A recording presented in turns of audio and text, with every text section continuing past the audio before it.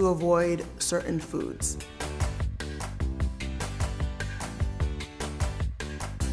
Looking at the amount of carbohydrates that you're taking in per meal, if you have a sweet, that's going to kick out something else. If you've planned for 45 grams of carbohydrate, well then that cake or that piece of pie at Thanksgiving is going to take that up. So that means that you can't have the pasta or the rice that perhaps would have also been offered at the meal. Any drinks that have a lot of sugar, they should completely be stopped.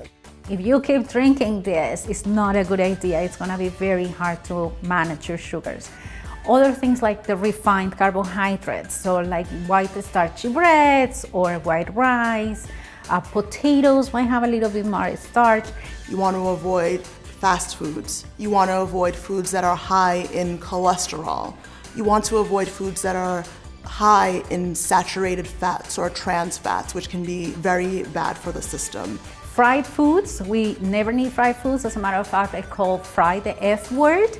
And fried foods just give you extra fat and calories that you don't need. There are many other ways how you can cook your food, like you can grill it, bake it, saute, you can steam your food, many healthier methods. So just avoid the calories and the fats from fried foods. People with diabetes are at an increased risk of developing high blood pressure, so it's really important to keep to the 2,300 milligrams a day of sodium that's recommended. There's sodium in packaged food, in restaurant food, and in processed food. So when we start making those changes toward eating healthier and eating more fresh fruits and vegetables and whole grains, we're automatically reducing our sodium intake. But in general, when your diabetes is well controlled, you can eat all the foods. It's just that you need to manage how much you're gonna be eating of the foods and how you're combining the foods that you're eating.